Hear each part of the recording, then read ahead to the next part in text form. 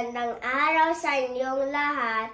Ako si Matt Christoph Carnila ng Grade 1 Faithfulness. Ngayon ay aking isa sa tao ang aking kawanidolo. Sa video na ito, ako ay si Ginoong Matt, isang guro ng Manresa School. Ang guro ay tagapagturo sa mga mag-aaral.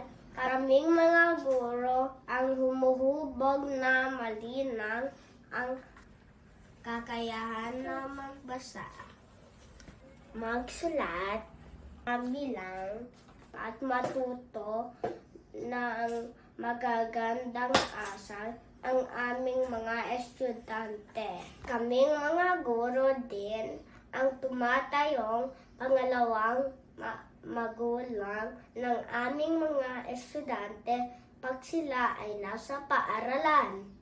Kaya hindi lamang mga leksyon mula sa libro ang naituturo namin, kundi pati mga aral sa buhay na humuhubog sa pagkataon ng aming mag-aaral.